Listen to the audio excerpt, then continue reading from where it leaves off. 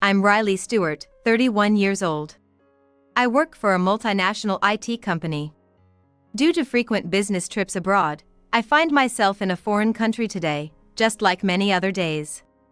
Just as I was thinking about grabbing some lunch, I received a call from my husband back in the States. "Hello, what's up?" "Riley, I'm sorry. I'm getting a divorce because my lover is pregnant. I'm gonna sell the house, the car, and your designer stuff and move into a high-rise condo with her." "What?" My pitiful voice echoed in disbelief in a foreign land. I always knew he was unpredictable, but this is just too much.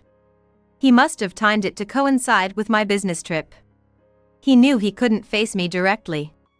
With a deep sigh, I responded coolly. "All right, let's get divorced." "Huh? You want a divorce, right?" "Of course." "Then, there's a divorce form I filled out in the drawer in the living room, just file it." Why do you have that?" "I prepared it just in case." "You want a divorce right now, don't you?" "I think you should thank me." "Sorry, Riley." "Thank you." Is he sorry or thankful? What's with this guy? "I don't care, just file that paper already." "Can you let me know once you've filed it?" 30 minutes after hanging up, he informed me that he had submitted the divorce form. He also politely informed me that he had filed for marriage immediately after our divorce. "That's great, then take care." The last words I returned were, "Oh, that's a relief." I immediately blocked my now ex-husband's contact. My meeting with my ex-husband was by chance. I'm a returnee, born in America, and spent my school years from elementary to high school in Japan, then went back to the States for college. After graduating from a graduate school there, I landed a job at a major IT company locally. After working there for about 4 years, I felt the urge to work in Japan and requested a transfer to the Japanese branch of my company. Fortunately, there was a suitable position available, so I moved back to Japan after 10 years. Life back in Japan felt fresh, but I was not used to it after so long, and it was somewhat stressful. I often found myself drinking alone after work, and I had a few favorite places, one of which is where I met my ex-husband. It was a small bar where sitting at the counter and chatting with the kind bartender was comforting. That day, I was having a casual conversation with the bartender. And then my ex-husband showed up. "Hey, Mike. Long time no see." "Hey, Logan. Long time no see. How have you been? How's work?" "Men, I've been getting small acting gigs here and there. Thanks to that, I could come here for a drink today." "That's great to hear. What'll you have for your first drink?" "It's on me as a celebration." "Really? Thanks, man." From the conversation, it seemed he might be a struggling actor or something. His easy smile as he talked familiarly with the bartender caught me off guard. Then, he noticed me and gave a quick nod. I nodded back in a hurry and turned my eyes back to the alcohol in front of me. "What are you having?" "Excuse me?" "That." "Oh, a KIR. Then I might have that too." "Excuse me? Do you know the meaning behind the KIR cocktail?" "Cocktail meaning?" "The best encounter. Don't you think that's wonderful?" As he spoke, my ears must have turned visibly red. After we exchanged contact information, we started spending more time at the bar, engaging in casual conversations. An employee at a multinational IT company and a struggling actor. Living in different worlds, with completely different pasts, we were quickly drawn to each other. Sometimes we met up to 3 times a week. Before I knew it, time with him became irreplaceable to me. We'd meet at our usual bar, have a drink, and then head back to my place. I always paid for the bar tab and the taxi home. He, being a struggling actor, didn't have the means. He always apologized, feeling sorry about it. "It's fine, I want to do this. But I know you are trying hard. I want to support that, and besides, I rely on your support too. So, let me do what I can." I wanted to support him in any way I could. Still, whenever I went on business trips abroad, it threw off our routine. Not being able to see each other during the trips was a given, but we also struggled to find quality time together before and after the trips. During those times, he would look at me anxiously. "Riley, you're gonna come back, right? Excuse me? You're not gonna just leave and go somewhere else, right? That's not gonna happen. I always come back here, and I'm always thinking about Logan." Yet, that day, Logan couldn't completely shake his unease. "Hey. Yeah? Can I move in here? Excuse me? I want to be with you more. I know I'm like this, but I really care about you and worry about you. When you're busy, I could take care of the house and stuff. So, can we live together?" Faced with his earnest gaze, all I could do was nod in agreement. So, Logan moved into my place and we started living together. After returning to Japan, I bought an apartment that was compact but still a 2-bedroom with a study, which was a condo that had been renovated through a connection of a childhood friend.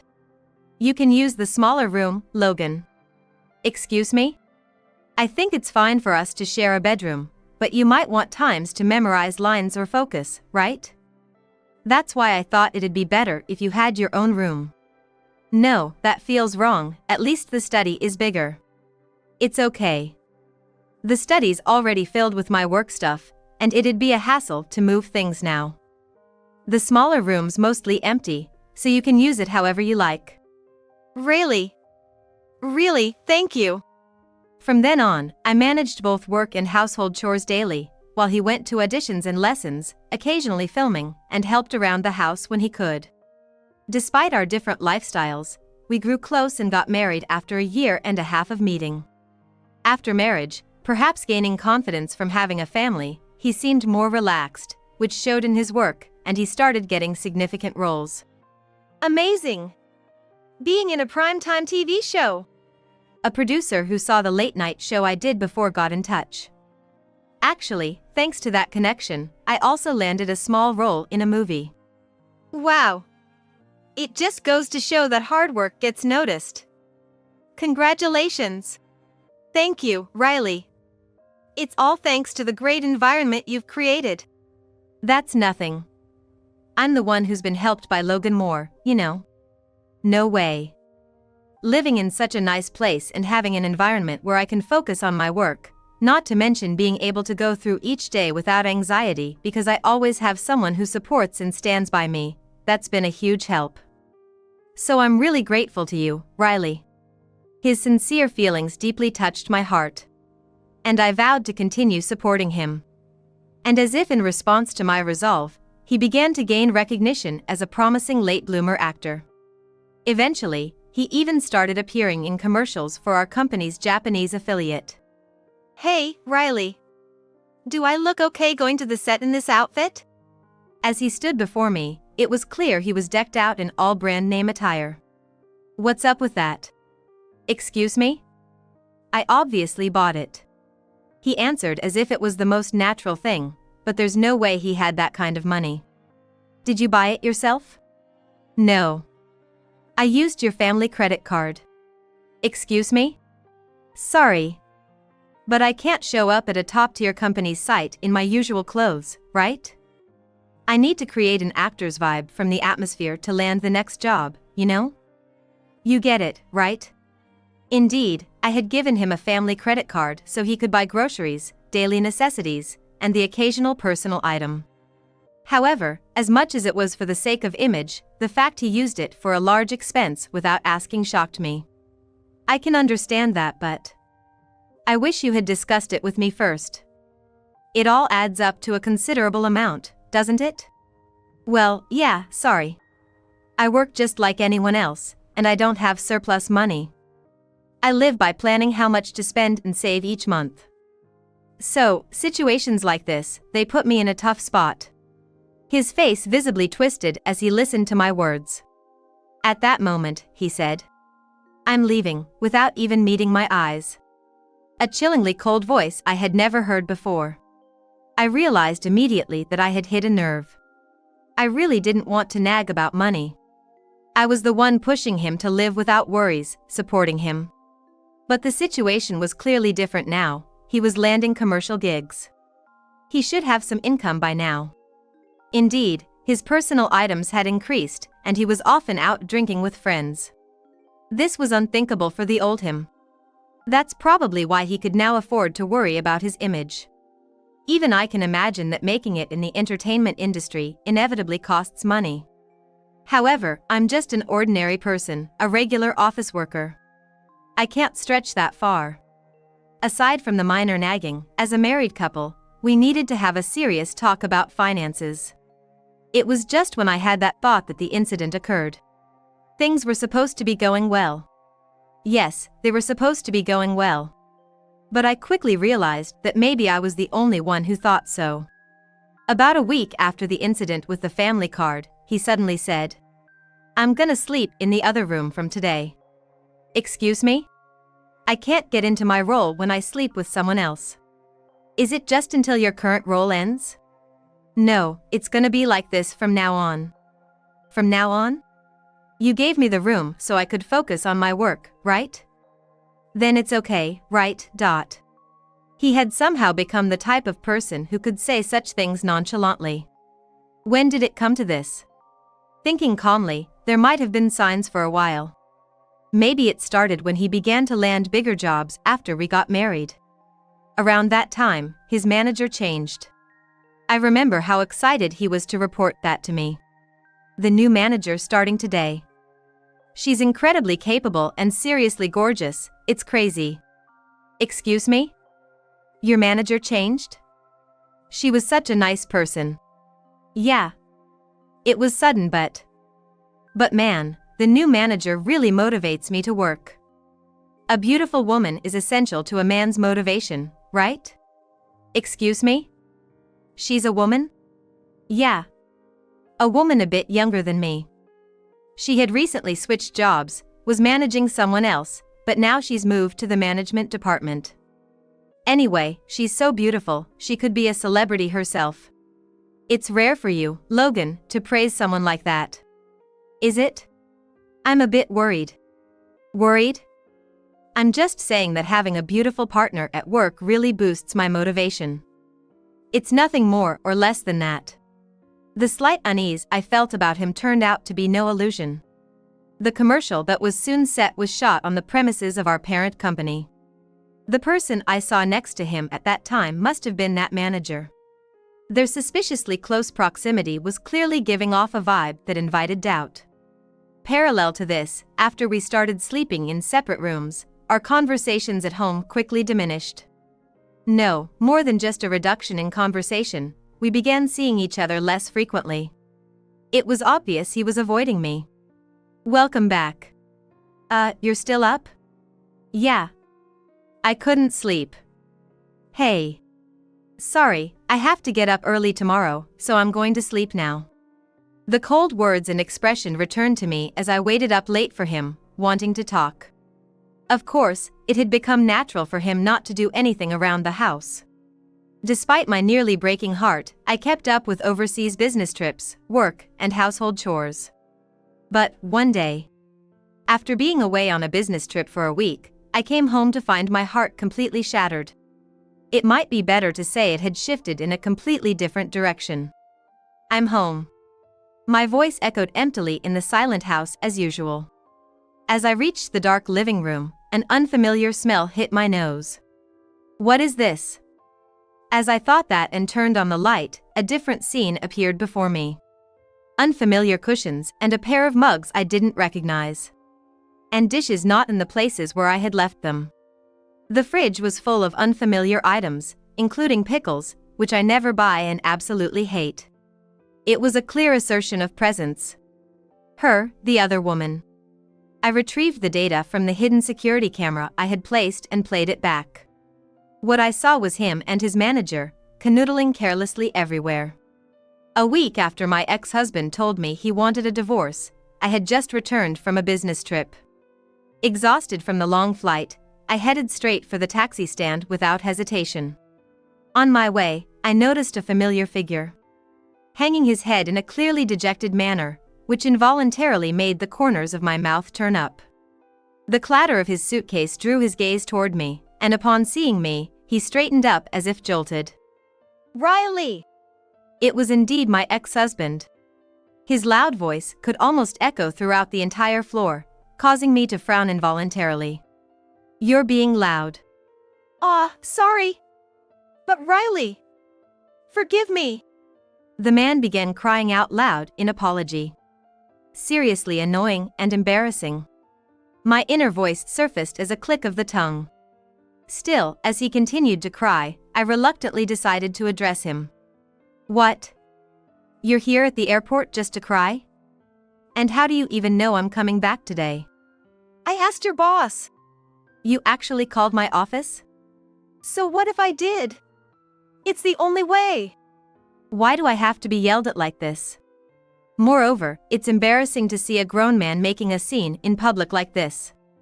If I pointed out, it would only spread the embarrassment. I took a deep breath and calmly addressed my ex-husband. "So, what's with showing up at the airport all of a sudden? What do you mean by asking for forgiveness?" Riley, I've realized you're the only one for me. Despite all the support you've given, I was wrong. I'm sorry. Let's get married again, okay? Please. "Excuse me?" The man in front of me blurted out, crying. I could only be astounded. It was clear why he was saying this. Get remarried and do what exactly? You're only saying that because the keys to the house and car no longer work, and you can't sell them. Of course, you can't sell my designer items either. You couldn't get any money, and now you can't live in that fancy condo with your beloved girlfriend, right? Don't be so mean. You're not denying it, are you? So you admit it's true. What do you mean, don't be mean? Can you stop using your acting skills here? Acting like you're crying. What? Look, you're not even crying. You thought you could manipulate me into forgiving you if you cried, right? Then we'd live together like nothing happened. You planned to deceive me, get the documents for the house and car, and sell everything, right? That's what you were thinking, isn't it? Damn it. I must have hit the mark. My ex-husband bit his lip, his face turning red. His eyes avoiding mine with not a trace of moisture left. How pathetic. A so-called actor trying to pull something so low? Relying on someone else's money, acting all high and mighty, you scumbag. What? You didn't think I'd speak up? Remember? I was born and raised in America. I tell it like it is to assholes. But before, I want to truly cherish the people who are important to me. But once I decide I can't accept something, it's an absolute no-go. I wanted to support you because I thought you were working hard, and I wanted to support you because you were supporting me. But if that's not the case, it's a different story. You approached me with ulterior motives from the start. Why? Security cameras. Your creepy interactions and the barrage of insults about me were just as visible. She's smart but dumb as a person, too naive to even be considered being deceived. Hilarious that she thinks I really love her. I only approached her for money when I found out she made good money talking to the bartender. Married her for her looks and money, but the physical compatibility was terrible. Good thing I managed to deceive such a stupid woman. Using her while I could get jobs, lying as easily as breathing about wanting to support her and wanting to spend more time with her. Did you become an actor just to do that? What? Of course not. Didn't you see how much I struggled when I had no work? I saw it. That's why I supported you. And yet, you've been using me all this time. It's no wonder you're thought to have become an actor just to live like this. Plus, living happily in a fancy condo by selling someone else's property? That's the height of stupidity. You penny-pinching jerk. I am more than happy to provide trash like you to your trashy lover. My ex-husband was still crying and clinging on. He was truly persistent and it was driving me nuts. Aren't you already married to that woman anyway? So what if I am? That's why I changed the locks. Excuse me? Once we divorced, you became a stranger. You think I'd let a stranger into my house? What? You were on a business trip abroad. How could you have changed them? That's easy, I just asked my parents. Excuse me? No way. Of course, I told my parents right away. They said it was outrageous for someone like that to come and go in my home while I was away and took care of it using their spare keys. Your parents had spare keys? It's the apartment I've been living in since before I was married. I gave them a spare for emergencies, though I never thought it would come in handy like this. Damn. That's too sneaky. I should have taken the divorce papers and the designer stuff when I came back to get them. Thinking of sneaky things was your specialty, not mine. Yet, the result is disappointing for you. Probably got too caught up in the bliss of being able to divorce, didn't think of anything else, predictable though. Too bad. You probably thought you could just do it while I was abroad on business. Given your personality, you were probably celebrating with her on your wedding day, and everything else was just an afterthought, right? Exactly what I thought. You're so predictable. Every time there was something between us, it always ended with dinner at a fancy restaurant followed by a stay at a hotel, right? It was the same this time too, wasn't it? So what if it was? Just as I thought. Simple. That's why I took advantage of it. Excuse me? You had a shoot early the next day, right? You two definitely stayed at a hotel and went straight to work from there. It was literally impossible for both of you to come to the apartment. So, during that time, I had my parents change the locks. What? How do you know my schedule? Just like you, I asked your company. Well, your sales director, to be precise. Why the sales director? You were in our affiliate's commercial, right? During that shoot, the sales director went out of his way to greet me. What? That shoot took place at our company. I thought I should probably go say hello too, and just then, the sales director came over, being incredibly considerate because you were busy, and even gave me his business card, saying to contact him if I needed anything.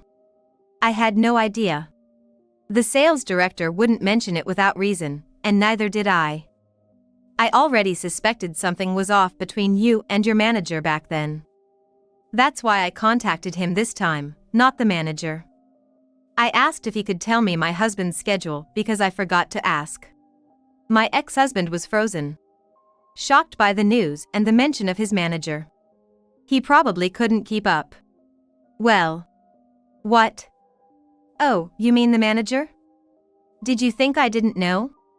But I never said a word about the manager being involved. We already talked about this. I set up a security camera because I was worried about a sneaky cat. And sure enough, it captured the sneaky cat in action. Oh no. This guy really can't put two and two together. I've been talking about the security camera. All the creepy interactions are recorded, including images of that woman, obviously. Well, that's not the only way I realized about your affair. You wouldn't understand. Every time that manager came over, she left traces of herself. It started with the direction of pot handles. I always store my pots facing a certain way, and she would deliberately misplace them. Even the dishes were rearranged. At first, it was just that, but then she began to assert herself more, leaving earrings in the bathroom, makeup that isn't mine tucked under the vanity. There were also unfamiliar cushions and a pair of mugs I'd never bought, and the fridge was stocked with pickles I don't eat. My ex-husband was clueless. He listened to my words with a dumbfounded look. Truly oblivious. And you know what was the most striking? The smell. It was like she was marking her territory with that sweet smell every time. It made me nauseous. I honestly thought that too, but I thought I could cover it up with an air purifier and deodorant. You're desensitized, too used to the smell. That kind of odor, you can't just cover it up like that. His face was wearing a guilty expression. It was irritating to look at. I deliberately averted my eyes and continued talking. All I thought about until that smell was gone was what to do about you two. I prepared the divorce papers the moment I smelled it. Well, there are some parts of this I'm okay with. But I'll never forgive you. I muttered quietly, glaring at my ex-husband in front of me. Seeing me like that, he started making excuses. That woman, she really has a bad personality. When I wasn't looking, she'd spray perfume all around the room. When I told her to stop, she said she wanted to erase your scent. Ridiculous, right? Coming into someone else's home and making demands like that. And? Excuse me? So what? Well, I mean, hearing pointless bad-mouthing now isn't going to sway me. Besides, you brought her to our house, right? It's not like she could just walk in on her own. You were the one who brought another woman into someone else's home while they were away. Anything that happened is your responsibility since you brought her there. What? Why is it my fault? She did that on her own. That's what I'm saying. Both having an affair and bringing another woman into our home are unthinkable. Even though it's just a corner of the airport, there's no way this argument hasn't been overheard from afar. People are glancing over here. My ex-husband loses his composure. Why are you acting so nervous? Keep your voice down. I'm a celebrity, you know? What if people find out? What? You're the one who did something shameful, and now you're blaming me? Just camouflage it a bit. It's as much your trouble if people notice. Not really. Excuse me? I don't mind. What? Should I announce it? Here's the crappy actor who had an affair with his manager, made a kid, got divorced and married while his wife was away, and tried to live off her assets in a fancy condo. I said it out loud, really loud. Stop it. I'll sue you for interference with business. My ex-husband lunged at me, his hand striking me hard. Oh. Oh. And now you try to grab me and hit me in the face. If you keep gripping my wrist that hard, you're going to leave a mark, you know? In a flash, my ex-husband gasped and quickly pulled his hand away, hiding it behind his back. Even if he tries to hide it, the whole incident is recorded on the numerous security cameras around. This clueless man is desperately trying to patch things up right now. Glancing at the clock, it's already been 15 minutes since we started talking. Can we wrap this up? I'm exhausted from the long flight. There's still more to talk about. Oh look, my parents are here to pick me up. What? No chance of reconciliation, and of course, I'm never letting you into that house again. Seriously, were you really trying to sell the house and car? That's stupid. They're both in my name, you couldn't possibly sell them. My laughter echoes around, and my ex-husband's face looks as if the life has been drained out of it. Do you understand that I'm in a position to sue you for damages? His face turns even paler. Okay, I'll have my lawyer contact you with the details along with the stuff from the apartment. To your office. Excuse me? I don't know where you are now. Anyway, I need to report this incident to your office. A celebrity endorser attempting fraud and adultery with his manager. Turning my back on my ex-husband, I walked toward the exit. He did not follow me this time. Months have passed since then. I've moved back in with my family and am enjoying life at home, something I haven't done since high school.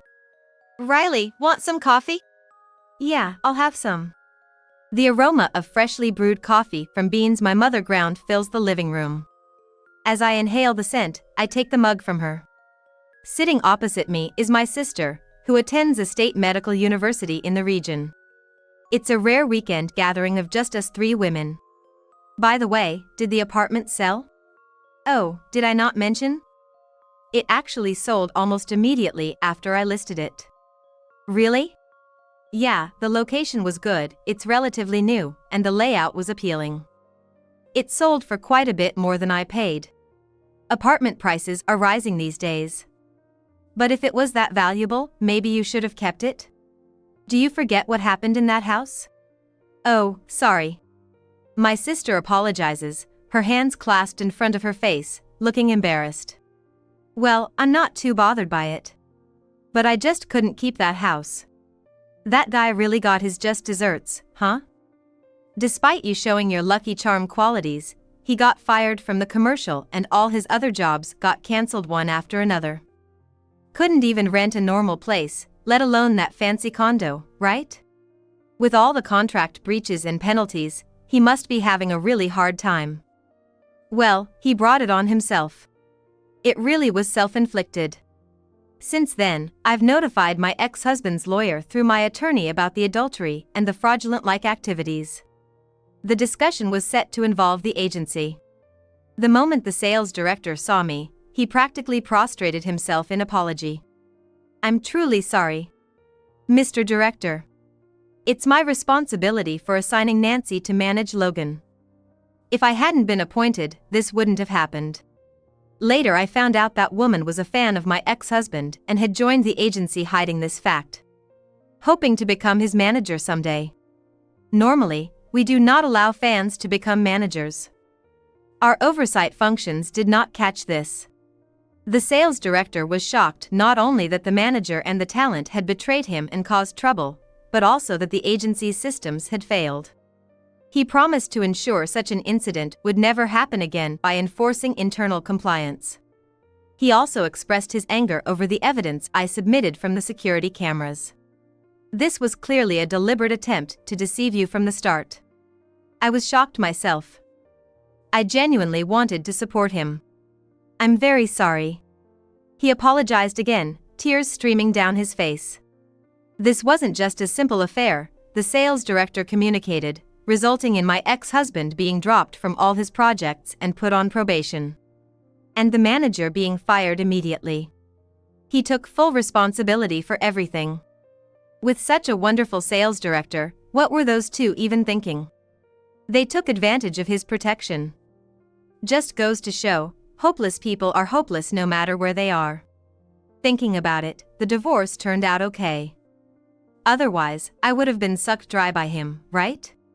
Exactly. You have plenty from the apartment sale and the alimony. You can find a better man next time, maybe even a good-looking one who'll depend on you. Hey, cut it out. With a playful scream, my sister dramatically covered her head and goofed around. Watching her, our mother laughed. It's been 10 years since I moved to America alone after high school graduation. 3 years since I came back to Japan and started living alone. I never really leaned on family or partners. It's times like these that make me realize how little I relied on anyone. Even after the divorce, I didn't need to move back home. I could have easily afforded a new place with the substantial money I had. But choosing not to, I now realize what I was subconsciously seeking. My sister is here, my mother is here, and my father is quietly watching over us. Returning to my true home, wanting to laugh and be pampered, that must have been what I desired. All right. Let's all go out for dinner tonight. My treat. What? You're treating? Seriously? Seriously. Mom's off today too, so let's eat something nice and have fun. Wow. Thanks, sis. Something nice? How about fancy steak? Let's eat whatever Mom wants. Today's dinner is all about pampering her. Ah, that makes me so happy. What should we choose? As my sister and I peeked into the smartphone, a happy smile spread across my mother's face. Maybe next weekend, I'll cook something. It seems I still can't help but love seeing people happy and smiling. Well, that's fine. These people make me just as happy with their smiles. After more than a decade, I feel like I've finally come back to myself. You call this food for a family gathering? With just one bite of the dish, Thomas flipped the plate over on the table, his angry voice echoing throughout the room. All the relatives gathered looked at him in shock. I've never seen anyone toss food on the floor before. I'm sure they all felt the same way. Hey, what's your problem? It's your fault for making such terrible food. You're a stay-at-home wife and you serve this on such an occasion? Who'd eat this crap? Thomas snickered. I looked at him with pity and retorted. I didn't make it, you know? What? Thomas's dumbfounded voice filled the room. Now's my chance. The perfect opportunity. I'm not gonna miss the chance to stand up to him after all he's put me through. I took a deep breath and composed myself. My name is Sarah Mitchell, 32 years old. Up until a year ago, I was employed at a condominium management company, but I resigned upon getting married, so now I'm a full-time housewife. If it weren't for the strong insistence of my husband Thomas, I might have continued working there. But Thomas really wanted me to be a stay-at-home wife. I obliged and listened to Thomas's request, leaving the company. Honestly speaking, I wanted to work a bit more, but considering Thomas's earnings, I figured we could comfortably live without me pushing myself to work. Thomas works at a major consulting firm. Initially, we met through work, and as we were in charge of similar projects and met often, our relationship blossomed from colleagues to a romantic one, ultimately leading to marriage. Right after graduating from college, Thomas, who had been hopping through various consulting firms, was competent and articulate. While working with him, I was impressed by his work ethic and initiated a romantic approach from my side. I never thought someone like him would pay attention to me, an ordinary person in terms of looks and abilities, but I was surprised when he responded to my feelings. I was so happy that, after getting into a relationship with him, I unabashedly gushed about him to my friends. My friends seemed a bit perplexed, but from the bottom of my heart, I believed that this was the pinnacle of happiness. Even when we decided to get married just over a year into our relationship, I was totally walking on air, all giddy and joyous. Little did I know what kind of misfortune was awaiting me. "Listen, I'm busy with work on weekdays, so I'm gonna come home only on weekends." "Sorry, but please be okay with that." On the day that we had our wedding ceremony, he casually mentioned this right after we came back home. I, who thought that a happy married life was about to begin, was utterly shocked by this unignorable statement.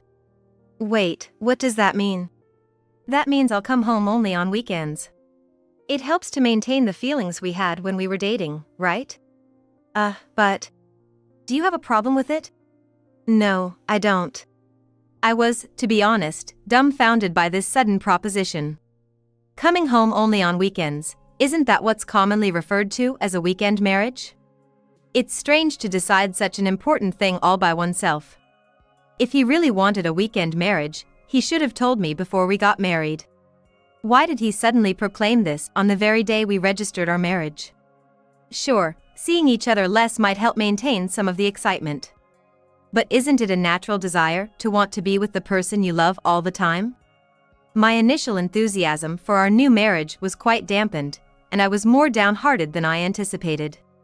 Thomas, seeing me like that, treated me unusually kindly that day, whether it was out of pity or to improve my mood, I'm not sure. That night, we engaged in our first night as a married couple, and I was able to momentarily push the thought of our weekend marriage out of my mind. Perhaps this was a strategic win for Thomas. In hindsight, Thomas's declaration at that time was just the beginning.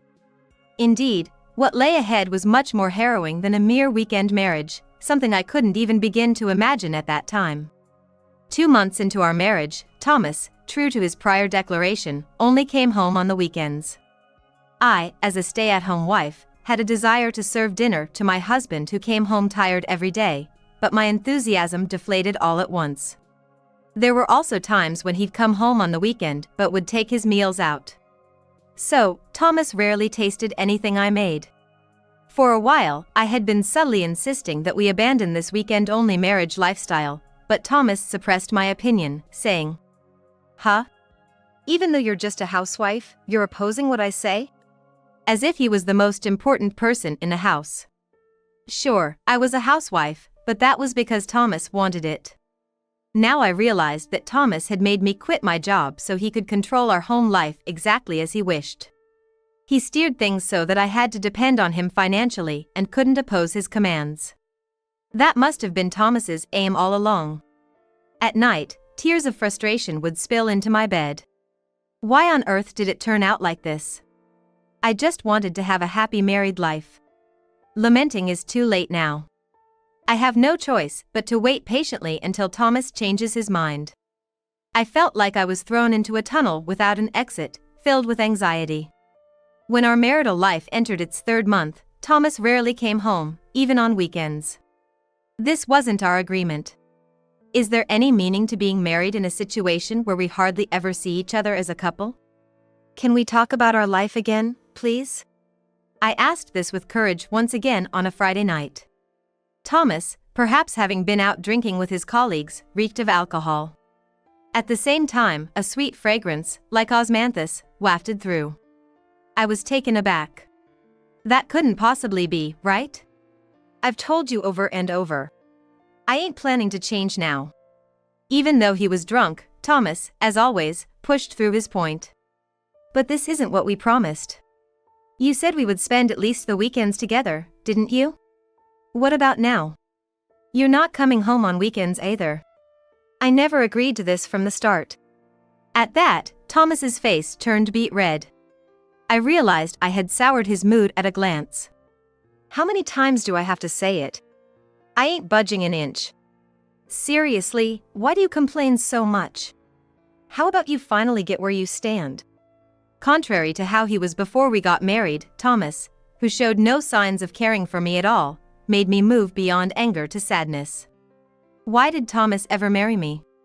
Unable to bear it any longer, I quickly retreated to my own room. When I heard Thomas getting in the shower, I crawled out of my room and sneaked into his. I really didn't want to do something like this, but I can't stand being vulnerable to Thomas any longer. In desperation, I searched through Thomas's room, hoping to find some sort of evidence. Several months passed, and for the most part, Thomas and I were living separately as usual. I stopped saying anything to Thomas, who hardly ever came home. There were things that bothered me more, so I thought I'd just live quietly for now. Then, one day, a call came to my cell phone. It was my mother-in-law. I hadn't seen my mother-in-law since we met for the wedding ceremony. Wondering what she could want, I picked up the phone. Hello? Oh, Sarah? It's me. Hi. Is something the matter? My mother-in-law must have been in a supermarket or something. I could hear noisy voices from the other end of the call. Christmas is coming up. You're gonna come to our place for it, right? All the relatives are gathering, and we want you to come too, Sarah. Oh, for Christmas.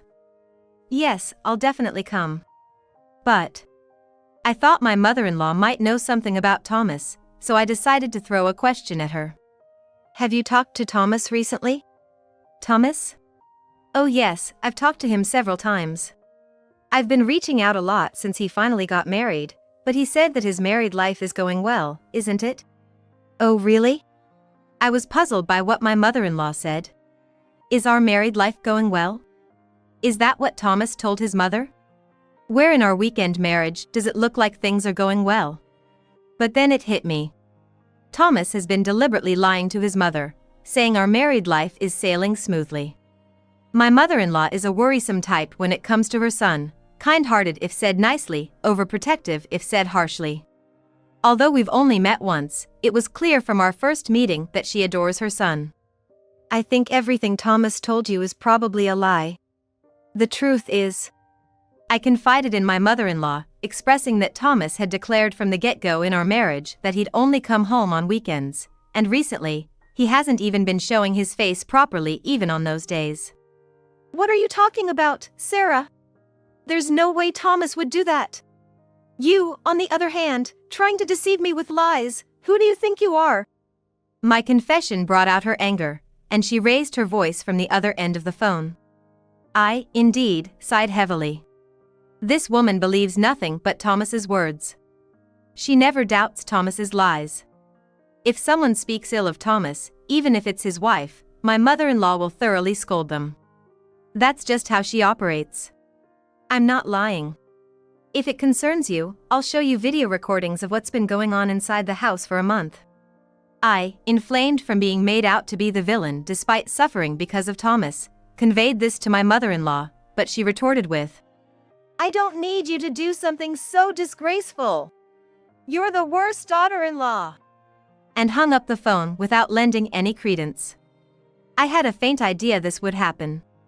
I don't know what my father-in-law, a man of few words, thinks of me, but my mother-in-law probably sees me merely as a convenient marriage partner for Thomas. Knowing this, I started to feel tired of continuing this married life with Thomas as it is, and hence, I began to enact a plan I had been contemplating for a while. The execution day was the day when the relatives would gather at my in-laws' home. I don't know how it'll go, but I'll do as much as I can. Quietly, in my heart, my fighting spirit was ablaze.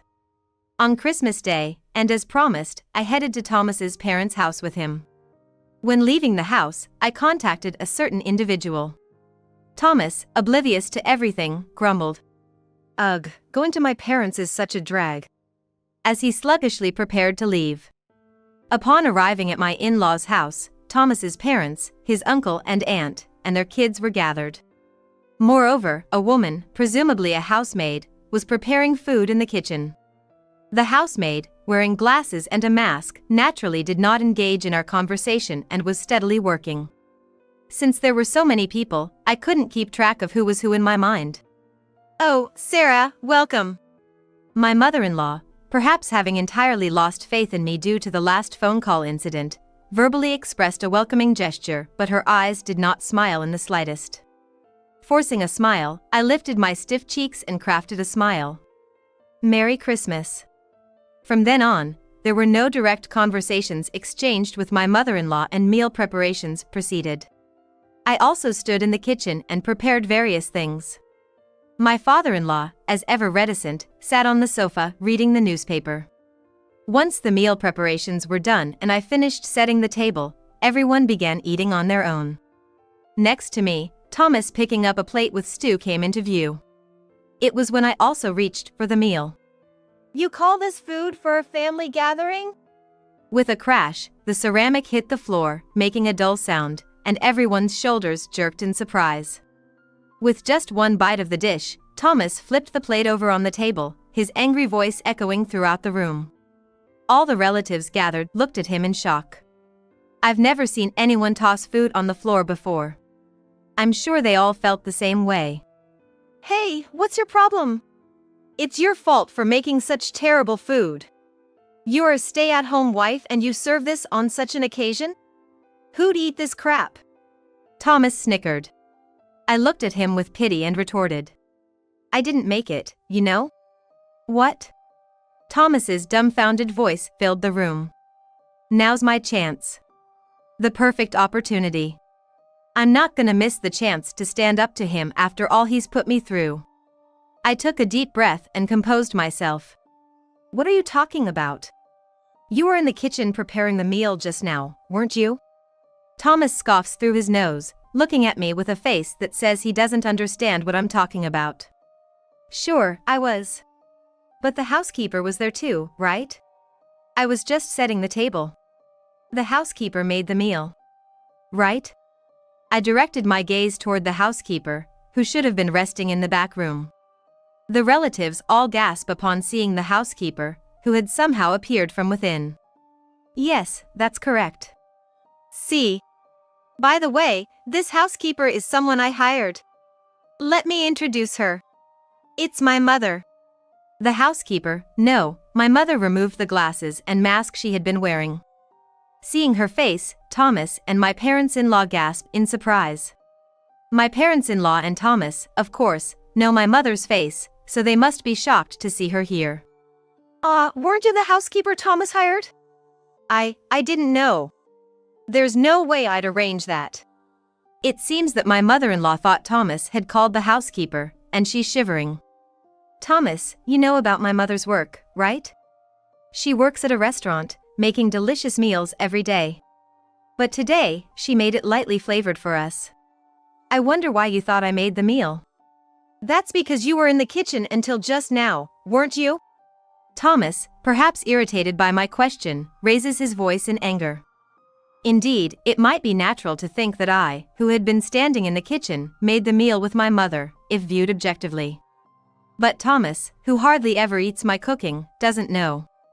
The dishes I make are not lightly flavored like the meal my mother made for us today.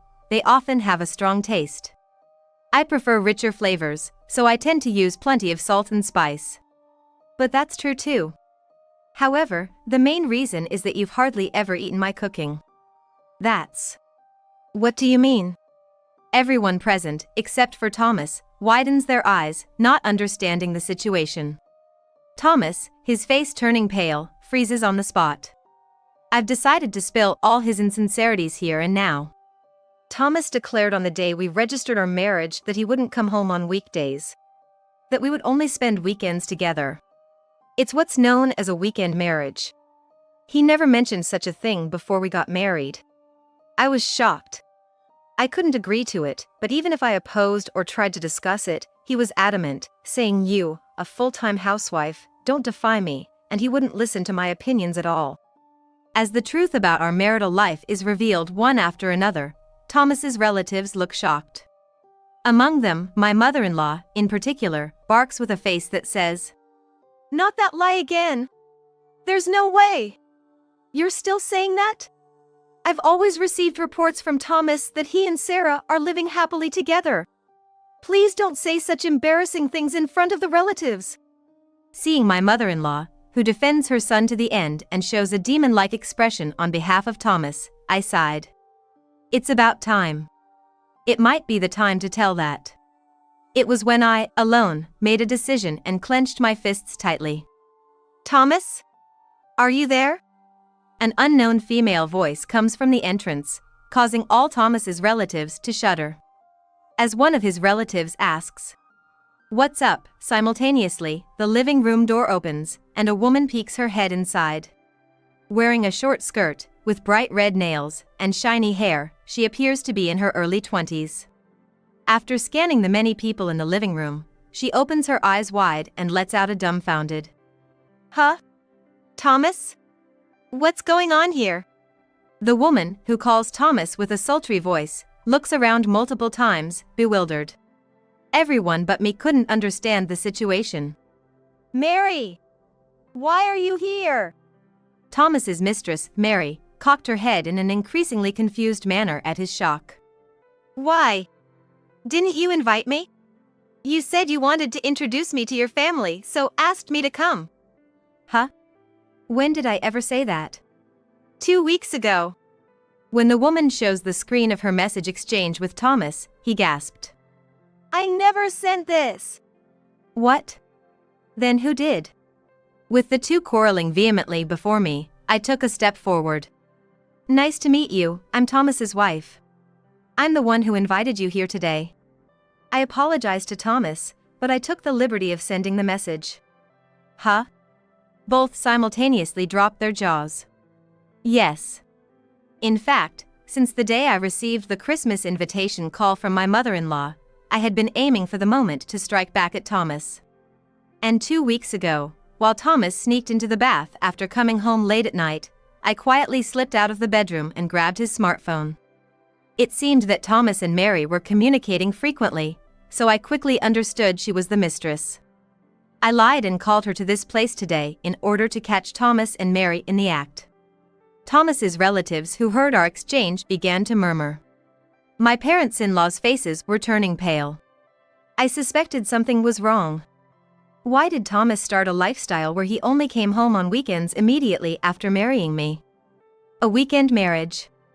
We barely see each other even though we're married, what's the point in it? If he really loved me, I thought he wouldn't choose this life.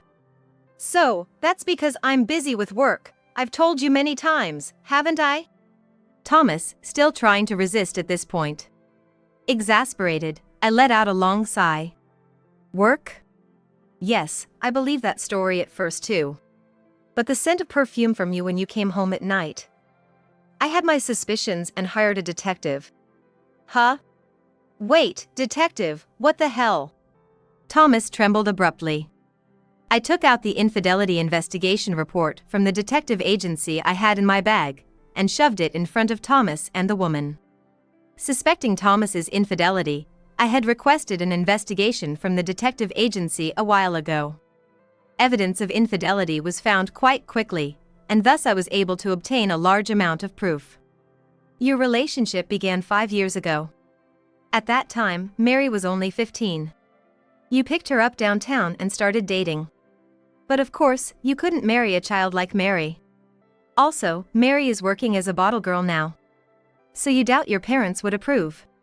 But, feeling the pressure from your parents to get married soon, you settled for a safe choice like me. After the marriage stopped the nagging from your parents, you continued to see Mary calmly. eventually planning to divorce me due to busy work and then marry Mary. That's the gist of it, isn't it? I connected the information obtained from the detective agency report and the content understood through messages between Thomas and Mary, exposing their deceit. What are you saying? Thomas would never. My mother-in-law, trying to take Thomas's side, couldn't vehemently argue anymore before the presented evidence, sagging her shoulders in defeat. Thomas and Mary, shaking, looked at each other in fear. Eventually, Thomas spoke. Hey, you, that's low. You use this tactic to degrade us. What you're doing is filthy. At those words, I felt an anger so intense my veins felt like they'd burst and I screamed. Low? What are you talking about? The low one here is you who didn't come home right after we got married, isn't it? You got close to me while having someone else used me and put yourself on a pedestal blaming me? You were waiting for me to get fed up and conveniently bring up divorce myself, weren't you? But too bad for you. Of course, we're getting a divorce. And we took an equal share of marriage expenses, right? Pay back it to me. I looked between Thomas and the woman, glaring at them with the scariest face I'd ever made. Please. Forgive me. I was wrong. So overlook the repayment. I glared again at the two begging for permission and shouted. Just get out, now. Thomas and the woman, upon hearing my scream, finally fled the house with shrieks. My apologies to everyone for causing a scene. I composed myself and stepped back, sighs leaking from among Thomas's relatives. Everyone was likely at a loss for words, appalled at Thomas's actions. Sarah. I don't know what to say. My mother-in-law, who had believed Thomas and had spoken ill of me, lowered her head awkwardly. My mother and I, having pretended to be maids, left my in-laws' home behind. Probably, I will not visit this house in the future. Thus, my one-year marriage, troubled by Thomas, came to an end. A few days later, I filed the divorce paper. Now, I am officially back to being single. Despite gaining a divorced label, the marriage period was short and the living situation was hardly what one could call a married life, so not much really changed. Since Thomas and I had been living in a rental apartment, I was able to smoothly kick him out. After that, Thomas did pay the repayment I demanded, but having no ready money, he seemed to have asked his relatives to lend him some. Even though he should have been working for an elite company, he was broke because he had been lavishly gifting the woman with designer bags and clothes. But Thomas's relatives, having witnessed the Christmas disturbance, of course, had no intention of lending Thomas any money. He apparently took a loan from a bank reluctantly. As the two of them were broke, their marriage was inevitably postponed. At the very least, until Thomas repays the debt he's carrying, they shouldn't get married. That's what the parents of both folks seem to be saying in unison. It's likely that my parents-in-law are just fed up with being dragged into troublesome matters. Let him struggle to pay back his debts all he wants. Compared to the year of suffering I endured, just earning money to pay back is easy, or so I thought, as though it was someone else's problem. On the other hand, I've rejoined the condominium management company I used to work for, and am now enjoying my job.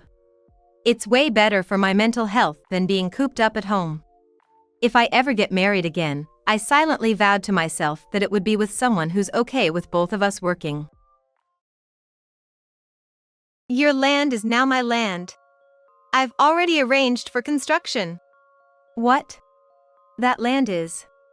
As I was about to speak, my mother-in-law interrupted with a shrill voice. A wife shouldn't talk back to her husband. Just say understood and that's it. I didn't know how to respond to my mother-in-law, who looked so smug. That piece of land is already leased to a company and a new apartment complex is planned to be built there. The land's rent is expected to be deposited next month. I'm sure I told Bob about this.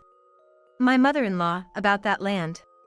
Like I said, you just need to keep quiet. Got it? Every time I tried to speak the truth, my mother-in-law would shrilly interrupt. I finally lost my temper. Understood. I muttered curses under my breath as I looked at my satisfied in-laws and husband. Just wait and see. I can't wait to see them regret this. My name is Katherine Johnson. I'm a housewife who just turned 45. I studied abroad for about 2 years in college and have been an instructor at a Japanese conversation school for adults for over 23 years. Every day interacting with my students is very fulfilling. My husband, Bob, is also 45. We met when he enrolled as a student at my Japanese school. I never planned on getting involved with a student, and I always turned him down while he was still enrolled. But even after leaving the school, Bob kept pursuing me, and I finally gave in and we started dating. Bob was very gentlemanly during our dates and our relationship went smoothly. After about 2 years of dating, he proposed, and we got married when I was 30. However, as soon as we got married, Bob changed his attitude completely and became very domineering. At first, we had many arguments, but I didn't have the energy or the spirit to fight every day. Eventually, I gave in most of the time, and it became the norm. Bob has a younger sister named Mary, who's 5 years younger than him. She didn't seem to visit her parents' home often. I met her once, and she seemed like a very efficient woman. But according to Bob, she's arrogant and can't compromise just because she's a woman. Because of this, I hardly had any interactions with Mary, and I only saw her maybe once a year during the holidays. We've been married for 10 years, and even though I'm now 40, Bob and I haven't had any children. I once had a checkup at a women's clinic based on my in-laws' advice, and there was nothing wrong with me. But as soon as I reported that, Bob's face turned livid, and he yelled at me. You! Are you trying to say it's my fault? It's not like that. I tried to choose my words carefully, but an enraged Bob didn't listen. He threw the remote controller against the wall beside me. Don't you get cocky with me. I ain't ever going to a hospital. It's definitely something with you. Change the clinic. Never go to the previous one again. You got it? Bob said this and, grabbing just his wallet and cell phone, left the house. I picked up the broken remote controller, tears streaming down my face. The married life I had dreamed of wasn't supposed to be like this. Perhaps the reason I didn't choose to divorce was because of the fond memories I had with the kinder side of Bob. At the age of 43, my in-laws told me that having a child at this age would look bad in society, and I had to give up the idea of having kids. When I told Bob about this, he just replied with a simple, "I see," showing no particular concern. It was then that I realized that I was the only one truly bothered by it. Bob and I lived about a 5-minute walk from my in-laws' house, and they would visit us about 3 times a week. To be honest, I wasn't fond of my in-laws. My mother-in-law kept making snide remarks, while my father-in-law would only talk about my looks and our intimate life. You know what they say, right? As women age, their eggs degrade or something. I'm not saying yours are degrading, Katherine.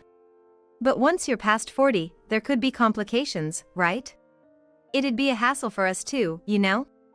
It's all good, right? Even if they were degrading, Katherine's still got a fine figure. I bet Bob's still having a good time. Stop it, Dad. Nobody feels good having such crude conversations in front of them. I silently served tea, hoping that my in-laws would leave soon. You know, I had Bob when I was 20, and Mary when I was 25. I'm not saying younger is better, but younger women do tend to recover faster after childbirth, right? You sure were young, my mother-in-law. Well, not really. I mean, compared to other mothers of Bob's classmates, I might be on the younger side. I forced a smile at my mother-in-law, who was clearly pleased with just a bit of flattery. My mother-in-law always took pride in having had Bob at a young age, always wanting to show off how she was younger than others her age. And if someone didn't play along or contradicted her, she'd act as if they were in the wrong and treat them coldly. I had to constantly flatter and play along with my mother-in-law's silent assertions whenever we met. Honestly, my mother-in-law's appearance wasn't that great.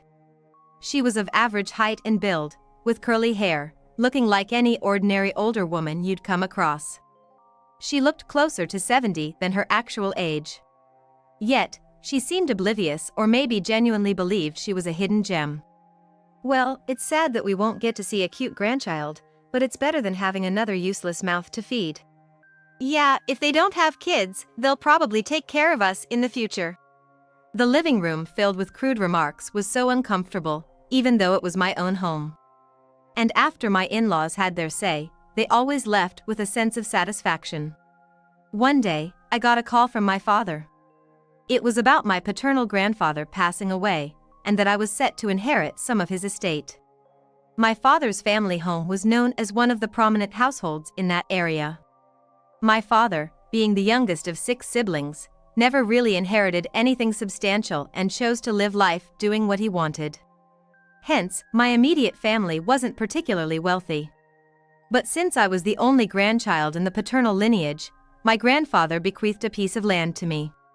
The inheritance included that land and a sum of money that would cover any related expenses. Even after paying the estate taxes, the amount left was substantial enough to make me pinch myself to check if I was dreaming. However, the plot was too large to simply build a house on, and I didn't have the confidence to use it wisely. I discussed it with my father, and he suggested renting it out to a company looking to construct condos. The lease income alone would be enough to lead a comfortable life without worrying about its maintenance. Since this inheritance was unexpected, and the land didn't hold sentimental value for the family, the decision to lease it to the company was easy. I informed my husband, Bob, about this. Bob seemed deep in thought for a while, but then simply said, "Got it," and went back to reading his book. I thought the matter was settled, but it seemed Bob had other plans in mind, which unexpectedly came to light one day. It happened on a day off when, as usual, my in-laws had invited themselves over to our place. I was cleaning up in the kitchen. Bob suddenly called out to me while enjoying the tea and snacks I had prepared. "Your land is now my land. I've already arranged for construction." "What? That land is..." Before I could finish, my mother-in-law interrupted with a sharp voice. "A wife shouldn't talk back to her husband. Just say understood and that's it." I was speechless, seeing my mother-in-law's smug face. The land was already leased to a company that was planning to build condos on it. The lease money was to be deposited next month. I had already informed Bob about this. My mother-in-law about that land. "Like I said, you just need to keep quiet. Got it?" Every time I tried to speak the truth, my mother-in-law would shrilly interrupt. I finally lost my temper. "Understood." Looking at my in-laws and Bob, who were smirking contentedly, I silently cursed them. "You'll see. I can't wait to see the look on your faces when you realize." I decided to act on something I had hesitated to do for a long time. I renewed my long-expired passport and reached out to a friend living abroad. When I told my friend about the situation, she was shocked but agreed to help. It was a bit challenging to carefully execute the plan before Bob found out about the land, but it felt worth it, thinking about my bright future. By the time everything was in place, Bob apparently got a call from a construction company about the land. One day, when I returned from work, Bob was standing at the entrance with a livid expression. "You deceived me." From that one phrase, I understood what Bob was talking about. Holding back the urge to break down, I responded. "What are you talking about?" It seemed my words really ticked him off. Shaking with anger, Bob glared at me. "It's about that land. The construction company called. They can't take on the project because there's another construction plan in place." "Really? I thought I told you about it." "What? It's a wife's job to follow what her husband decides, right? Stop the condo construction plan right now. You said you understood." I was too exhausted from work to deal with his selfishness. Bob grabbed me by the collar, trying to intimidate me. However, I wasn't afraid at all since I had everything prepared. "It's impossible. Because I've already leased that land to a company." "What?" "I told you, didn't I? The land is in my name, but the building on it is under the company's name. It's called a ground lease. I get paid for the land, and I don't interfere with the building. I explained it to you, but it seems you didn't get it." Bob seemed to not understand. He let go of me, looking completely dumbfounded. Looking him straight in the eyes, I continued. So, let's get a divorce. What, huh? How'd it come to this? Are you serious? Bob finally seemed to pick up on my simmering anger, and he quickly began to panic. Seeing his pitiful state, I moved to the living room. Bob, even though bigger than me, seemed so small as he cautiously followed me, keeping an eye on my every move. Catherine. Look, I'll respect your decision this time, but reconsider the divorce, okay? Despite everything, Bob still had the audacity to look down on me. I shot him a contemptuous glance. Bob seemed genuinely frightened by my gaze. Why should I need you, of all people, to respect decisions about the property I inherited? Well. I mean, You seem confused. that land is mine. I inherited it. You have no say in it. Bob was initially quiet, taking in my words. But the moment he heard he had no rights, he snapped. Hey! That's downright disrespectful to your husband. Who do you think pays the bills here? Well, we split all the living expenses and housing costs, so I'm living off my own dime. What? Didn't you notice? Or did you just not care? I took out our household ledger and opened it to the current month's page. Bob contributed $1,000, and I also put in $1,000, making it $2,000 for our living expenses. Additionally, the rent for our apartment and utilities come directly from my account. So, even though we say it's 50-50ths, I'm the one paying more. As you can see, I can manage just fine on my own. Actually, it seems like I'm wasting money just by being with you. That's a lie. You take more than $2,000 for yourself each month, right? Yet since our marriage, you've only contributed $1,000 to our home. That's 'cause Mom said it was enough. There it is. Always with the mom thing. You're such a mama's boy. Mama's boy. Bob seemed taken aback by my words, his eyes widening in surprise. To any onlooker, Bob, who always runs to his mother for everything and expects her to take his side, is clearly a mama's boy. But he seemed utterly clueless about it. Anyway, if you plan to keep living there, you'll have to pay for it yourself from now on. I've already changed the direct debit account. After today, I won't be paying even a cent. Wait, what do you mean you're leaving? Ignoring Bob's protests, I grabbed the suitcase I had prepared earlier from the closet and headed for the front door. Actually, I've already moved my stuff out. I had been sneaking it out little by little so he wouldn't notice, but Bob had no clue. It made me a bit sad thinking he wasn't that interested in me, but to be honest, it was quite convenient. Bob followed me to the entrance, so I took off my wedding ring right in front of him and placed it on top of the shoebox. Are you really leaving? You'll regret this. Staying together would be the real regret. What about my meals? What? Make your own food. I was utterly exasperated that Bob was concerned about his meals at this point. Bob looked like he thought it was a given, but when I snapped back at him, he looked absolutely stunned. I didn't want to see his face for even a second longer, so I left the house I had lived in for 15 years. For the next few days, I was busy preparing for the next chapter in my life, running around handling various errands and paperwork. Then, I received a call from my mother-in-law. Reluctantly, I answered the phone and was met with a shrill voice coming through the cell phone. What on earth? Building an apartment on that land? And after all I've done, taking care of you and Bob for 15 years without a child, and now you're divorcing him? How ungrateful! My mother-in-law, the apartment was already decided.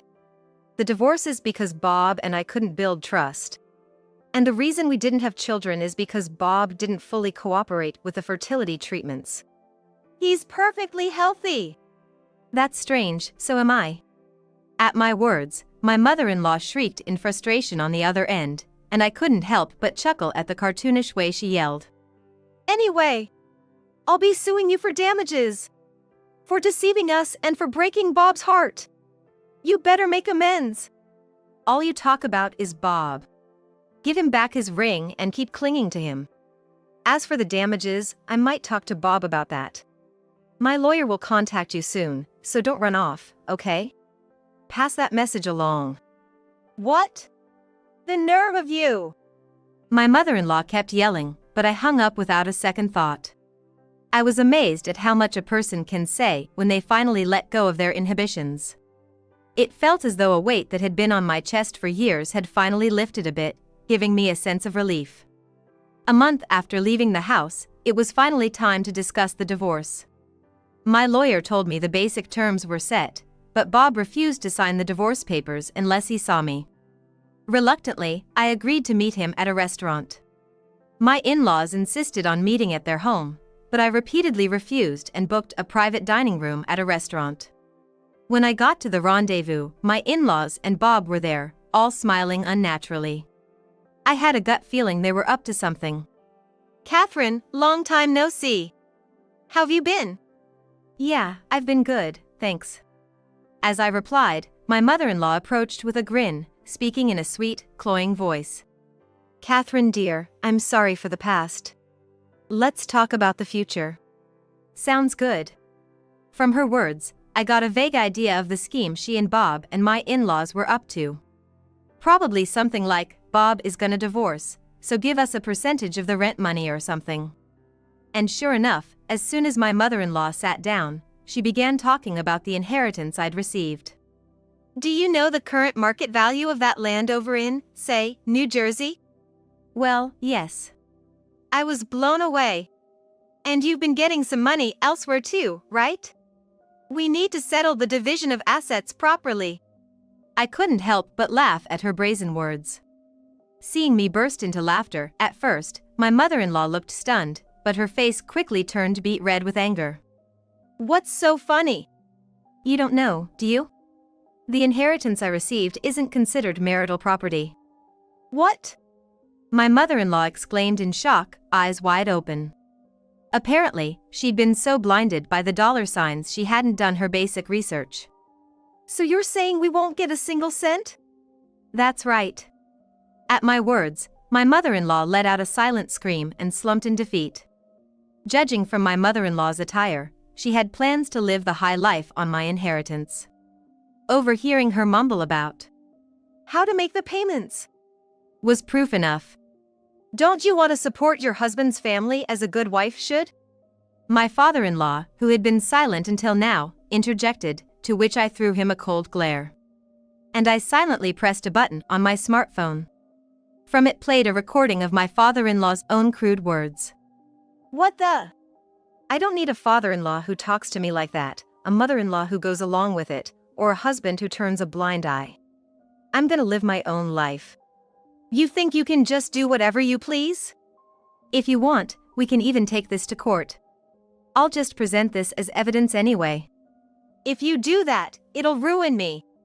Well, it'll be a social disaster for you, wouldn't it? My father-in-law was speechless, and just like my mother-in-law, he hung his head in defeat. Finally, with the noisy peanut gallery silenced, I looked over at Bob. Even though Bob's face had turned pale, he suddenly seemed to have an idea. I bet managing the money is hard for you alone, so I'll help you out. Okay? Just do whatever you like. I don't understand why I need to involve you in my life even after the divorce. Plus, I have someone who'll genuinely help me decide how to use the inheritance. Come in. At my beckoning, the door opened and a woman walked in. Bob's eyes widened in shock upon seeing the woman. Mary! Long time no see.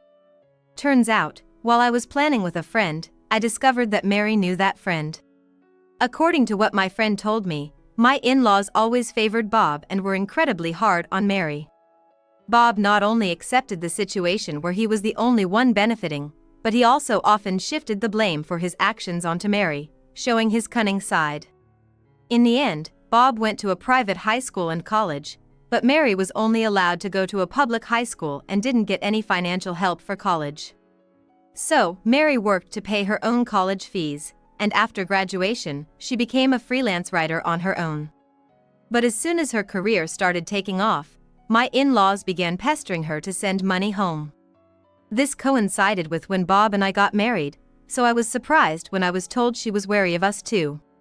Since then, Mary and I have been in touch and cleared any misunderstandings. We've become what you could call best friends. Mary and I hit it off really well. She's going to help me start an English language school abroad. Abroad? What can you possibly do overseas? Did you forget my profession? I've studied abroad for 2 years and have been speaking Japanese with native speakers at work every day. I have no issue using Japanese, and had I not married you, I would have gone overseas much earlier. What's gonna happen to me? I can't speak Japanese. Do you understand what divorce means? It means I've chosen to not live with you anymore. Oh. It seemed like Bob finally grasped the situation, his face going from pale to ghostly white. I took the filled-out divorce papers from the silenced Bob, left the 3 of them sitting there lifelessly, and exited the restaurant with Mary and my attorney. After that, I filed the divorce papers. Then, I moved overseas. I had already sent my belongings to my new place, so I was able to start my new life without any problems. I'm sharing a home with Mary, and we're able to live together while respecting each other's jobs. Mary has been gaining popularity as a freelance writer, penning columns about living abroad and writing articles about America for local publishers. Turns out, Mary's dream is to become a novelist. Seeing her work hard on her stories in her free time, I feel like I need to step up my game. Bob, who used to live with me in our old apartment, apparently had to move out because he didn't have any savings due to his frivolous lifestyle. He couldn't make ends meet. He moved back with my in-laws, but without financial help from Mary, they are taking most of his salary.